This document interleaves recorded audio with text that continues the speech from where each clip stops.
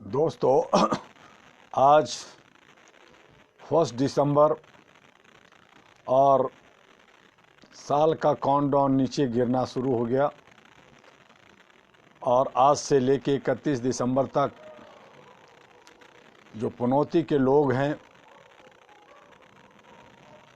वो लोग चाहे महामारी से जाएं, कोरोना से जाएं या किसी अन्य कारण से जाएं, वो जाने वाले हैं और बहुत सारे महारथी का विकेट गिरने वाला है। आज अपनी बातें एक शुभ विचार से शुरू करते हैं और आज का शुभ विचार है, happiness is lost when any thought of evening और heart creeps in, thoughts of love and good wishes cure sorrow।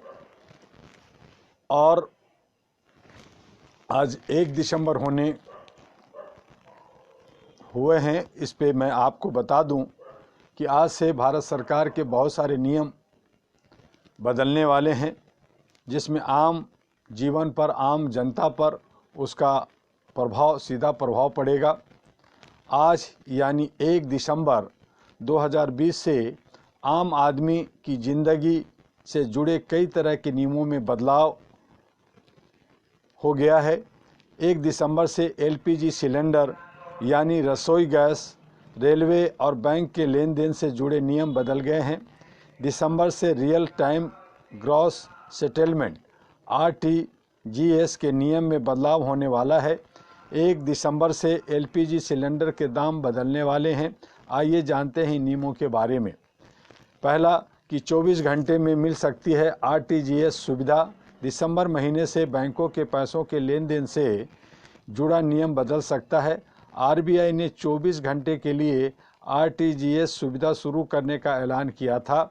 अभी ये सुविधा महीने के दूसरे और चौथे शनिवार को छोड़कर हफ्ते के सभी कामकाजी दिनों में सुबह 7 बजे से शाम के 6 बजे तक मिलती है। यानी दिसंबर से आरटीजीएस के माध्यम से 24 घंटे मनी ट्रांसफ़र कर सकेंगे। दूसरी ये कि रसोई गैस हुई महंगी। हर महीने की पहली तारीख को सरकार रसोई गैस यानी एलपीजी सिलेंडर के दामों में बदलाव करती है। यानी 1 दिसंबर से देश भर में रसोई गैस के दाम बदल गए हैं। आज से 19 किलोग्राम का कमर्शियल सिलेंडर 56 रुपये तक महंगा हो गया है। तीसरा, प्रीमियम में कर सकेंगे ये बदलाव। बीमा धारक 5 साल के बाद प्रीमियम की रकम को 50% तक घटा सकते हैं। यानी वह आधी किस्त के साथ भी पॉलिसी जारी रख पाएंगे। चौथी बात यह है कि 1 दिसंबर से चलाई जाने वाली नई ट्रेनें, भारतीय रेलवे 1 दिसंबर से कई नई ट्रेनें चलाने जा रही है। कोरोना संकट के बाद रेलवे लगातार कई नई स्पेशल ट्रेनें चला रही थी। अब 1 दिसंबर से भी कुछ ट्रेनों का परिचालन शुरू होने जा रहा है। इसमें झेलम एक्सप्रेस और पंजाब मेल दोनों शामिल है। और शिक्षा नीति में जो कैबिनेट मंत्री की जो मंजूरी हुई है, उसके द्वारा प्रस्तावित नई शिक्षा नीति 2020 को आज केंद्रीय कैबिनेट ने अपनी स्वीकृति प्रदान कर दी। आज केंद्रीय सरकार की कैबिनेट की स्वीकृति के बाद 36 साल बाद देश में नई शिक्षा नीति लागू हो गई। कैबिनेट ने नई शिक्षा नीति न्यू एजुकेशन पॉलिसी 2020 को हरी झंडी दे दी है। 34 साल बाद शिक्षा नीति में बदलाव किया गया है। नई शिक्षा नीति की उल्लेखनीय बातें सरल तरीके से आपको इस तरह से मैं समझा दूं कि 5 साल जो है फाउंडेशन कोर्स होगा, 4 साल के बच्चा नर्सरी में एडमिशन होगा, 5 साल के बच्चा जूनियर केजी में, और 6 साल का जो है सीनियर केजी होगा, 7 साल के बच्चा जो है स्टैंडर्ड फर्स्ट में होगा और 8 साल का बच्चा जो है स्टैंडर्ड सेकंड में होगा। इस तरह से 3 साल का प्रिपरेटरी कोर्सेज होंगे। 12 साल का जो बच्चा होगा, लड़का हो या लड़की, वो जो है स्टैंडर्ड 6 में, और 13 साल का स्टैंडर्ड 7th में, और 14 साल का बच्चा जो है स्टैंडर्ड 8th में पढ़ेगा। इस तरह से 4 साल का सेकेंडरी एजुकेशन होगा, जिसमें 15 साल का बच्चा जो है स्टैंडर्ड 9th में होगा, 16 साल का बच्चा स्टैंडर्ड एसएससी में होगा, 17 साल का बच्चा होगा स्टैंडर्ड FY JC में होगा, और 18 साल का बच्चा होगा स्टैंडर्ड SBAC कोर्स करेगा। ये खास बात इसमें यह है कि 12वीं क्लास में बोर्ड होगा और MPhil होगा बंद, MPhil नहीं होंगे, और कॉलेज की डिग्री 4 साल की होगी।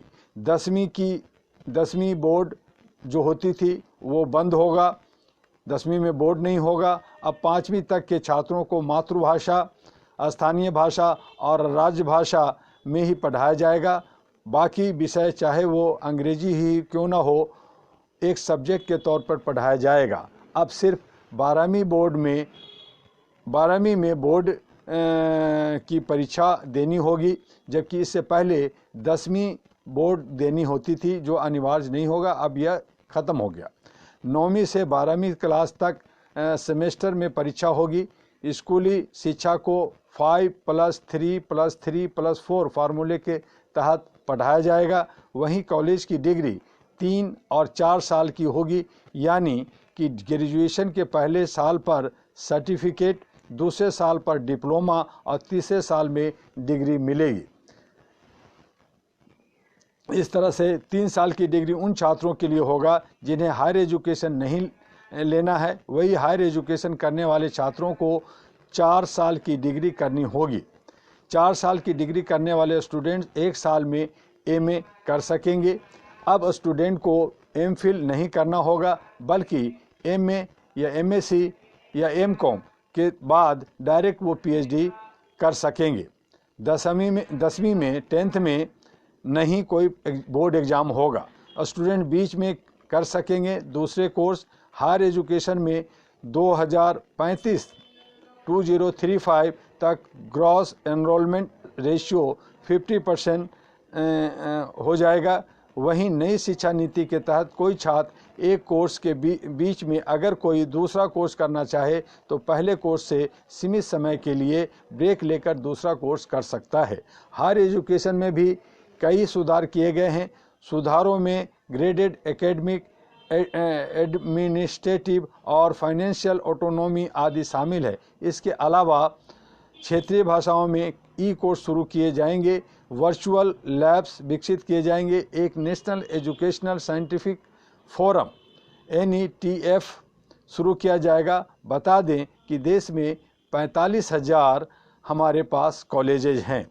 सरकारी, निजी, डीम्ड सभी संस्थाओं के लिए ये जो है समान इक्वल राइट्स अधिकार होंगे, और ये सभी हमारे शिक्षा मंत्री भारत सरकार के द्वारा बताए हुए ही आपको हम आगे बता रहे हैं। तो इस तरह से हमारे कोर्सेज होंगे, इस तरह से एजुकेशन के अधिकार होंगे, और हम all India human rights association अहरा जो चाहती है कि इक्वल समानता के साथ, चाहे लड़का हो या लड़की, औरत हो या मर्द हो, सभी को इक्वल राइट्स हो, इक्वल जो है उसको शिक्षा का अधिकार हो, और जो भी दबे कुचले लोग हैं, वंचित लोग हैं, उन्हें भी एजुकेशन लेने का पूरा अधिकार हो। आज जो हमारे जो अन्नदाता हैं, किसान हैं, जो जगह जगह मांग कर रहे हैं, वो जगह जगह आंदोलन कर रहे हैं, उनकी बातों को जो हमारे होम मिनिस्टर हैं या प्राइम मिनिस्टर हैं या जो उनसे संबंधित एग्रीकल्चर मिनिस्टर हैं, वो जो अपने ऑफिस में बुलाकर अपने जो है बात करना चाहते हैं या नहीं करना चाहते हैं, ये अपनी परिपाटियाँ हटाएं, और वो किसानों के बीच में जहाँ भी आंदोलन डाल रहा है, चाहे वो टिकरी बॉर्डर पे हो, चाहे कई और जगह पे हो, वहाँ जाकर के इनको बात करना चाहिए, क्योंकि वो जनता का जनप्रतिनिधि हैं, जनता द्वारा चुने गए हैं, और जनता के दुख दर्द को जनता के बीच में जाकर के सुन करके उसकी समस्या का समाधान होनी चाहिए। तो ये नहीं हो रहा है। ये राजतंत्र की तरह ये जो है डंडा मारना, उनको हाँकना और अपनी मनमर्जी करना, ये जो है लोकतंत्र के लिए ठीक नहीं है। और यही बातों के साथ साथ मैंने थोड़ी सी आज फिर जो मानवाधिकार भ्रष्टाचार पे जो बार बार हम आपसे बात करते रहें, तो आज भी, जो कि आज 1 दिसंबर है, तो हम रोज़ थोड़ी बातें करते हैं, आज भी हम जो है आपको भ्रष्टाचार पे थोड़ी सी बातें बता दें कि विभिन्न राज्यों की विधानसभा हो, वे देश की लोकसभा में तमाम विधायक के वे सांसद विभिन्न तरह के आरोपों से घिरे हुए हैं। कई पर तो भ्रष्टाचार के गंभीर आरोप हैं, कई पर विभिन्न तरह के आरोपों में शामिल होने के आरोप हैं। इसके बावजूद ऐसे लोग समाज सेवक, जन सेवक, वे देश सेवक बनकर देश पर शासन कर रहे हैं या सत्ता के संचालन में महत्वपूर्ण भूमिका अदा कर रहे हैं। कितनी बड़ी विडंबना है कि ऐसे लोगों को लोग विधानसभा और लोकसभा में चुनकर भेज देते हैं जिन्हें अपने दायित्व का बोध ही नहीं होता। कुछ ऐसे लोग भी आज विधायक व सांसद बने हैं जो भ्रष्टाचार को बुराई नहीं मानते। ऐसे में यदि सिर्फ सत्ता परिवर्तन से देश की तस्वीर तकदीर बदलने की कल्पना की जाए तो इसका परिणाम क्या हो सकता है, इसे आसानी से समझा जा सकता है। सच तो बात तो यह है कि आज देश की तस्वीर व तकदीर बदलने के लिए व्यवस्था में परिवर्तन की ज़रूरत है। आज ऐसी व्यवस्था की ज़रूरत है जिसमें भ्रष्टाचार का नामो निशान ना हो। भ्रष्टाचार आज भारतीय जनमानस को पूरी तरह से उद्वेलित कर रखा है। जनमानस इस तरह से असहाय महसूस कर रहा है मानो अब कुछ हो नहीं सकता। भ्रष्टाचार रूपी दानव ने इतना विकराल रूप ले लिया है कि उसके सामने अन्य चीज़ें गौण नज़र आने लगी है। भ्रष्टाचार का अभ्युदय पहले ही हो चुका हो, परंतु भारत में भ्रष्टाचार को लोगों की रग रग में पहुंचाने का काम गुलामी के दौरान हुआ। सदियों गुलाम रहने के बाद अंग्रेजों ने जब भारत छोड़ा तो जाते जाते उन्होंने भ्रष्टाचार रूपी जहर देश में बुरी तरह से बो दिया। विडंबना तो यह है कि ब्रिटिश हुकूमत ने भारत में अपना पांव जमाने के लिए देश के तत्कालीन राजवाड़े को विभिन्न तरह के प्रलोभन दिए और उन्हें डरा धमकाकर उन्हें अपने अधीन कर लिया। अंग्रेजों की हुकूमत ही भ्रष्टाचार के बल पर शुरू हुई। फूट डालो और शासन करो की नीति अपनाने वाले ब्रिटिश हुक्मरानों ने हमारे देश के कुछ भ्रष्ट राजाओं व कुछ अन्य लोगों को मिलाकर अपना उल्लू सीधा किया। भ्रष्टाचार का जन्म सही माने में ईस्ट इंडिया कंपनी की स्थापना के बाद हुआ। फूट डालो और शासन करो की नीति, धमकी, राजा रजवाड़ों की डराने और धन बल के सहारे उन्हें अपने साथ जोड़ने की मंशा ही भ्रष्टाचार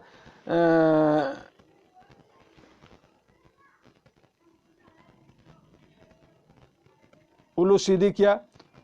और वर्तमान में यही जो है भारत में भ्रष्टाचार का जन्म हुआ, जो आज देश में एक विशाल बट वृक्ष बन चुका है। इस बट वृक्ष को काटने के लिए दोनों तरफ से प्रहार करने की ज़रूरत है। जिस तरह से बट वृक्ष के में नीचे की जड़ होती है और ऊपर भी जड़ होती है, उसी तरह से भ्रष्टाचार की जड़ भी ऊपर से नीचे तक फैली हुई है। आज़ादी के बाद भारत में बनी लोकतांत्रिक ढंग से चुनी हुई सरकार ने देश में सत्ता संभाली, परंतु उस समय तक देश की स्थिति बुरी तरह से बिखर गई थी। गुलामी के बाद दौर में भारत को आर्थिक रूप से जहां कमज़ोर किया गया, वहीं इसके सामाजिक ताना बाने को भी तोड़ा मड़ोड़ा गया। अंग्रेज जाते जाते भारत को हर तरह से क्षति पहुंचाए गए। भारत विभाजन हो या सामाजिक विभेद हो या अंग्रेज के प्रति बढ़ता प्रेम हो या अंग्रेजियत को अपनाने की ललक हो या भारतीय संस्कृति के प्रति बिछोह का भाव हो, ये सब अंग्रेजी शासकों द्वारा जानबूझकर हमारे यहाँ पैदा की गई। आज तक भारत उसका परिणाम भुगत रहा है। भारत में आज लोग अंग्रेजी और अंग्रेजियत को अपनाकर सेखी बघाड़ते हैं तो भ्रष्टाचार के बल पर धन इकट्ठा करके डिंगे हाँकते हैं।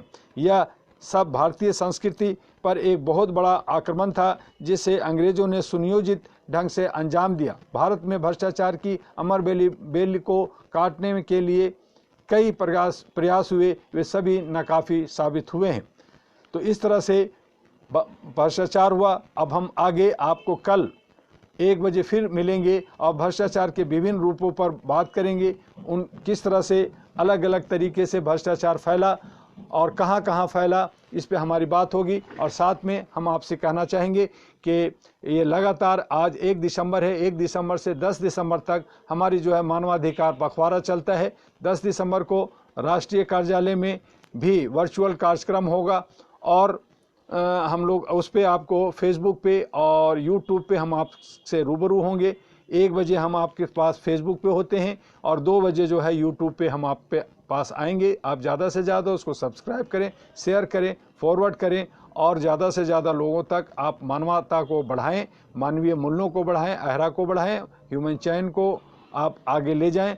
और जितने भी हमारे साथी हैं 10 दिसंबर के बाद जो रिन्यूअल या नए मेंबर्स हैं वो बने, उनको आगे 31 मार्च 2022 तक का उनके कार्ड्स बनेंगे।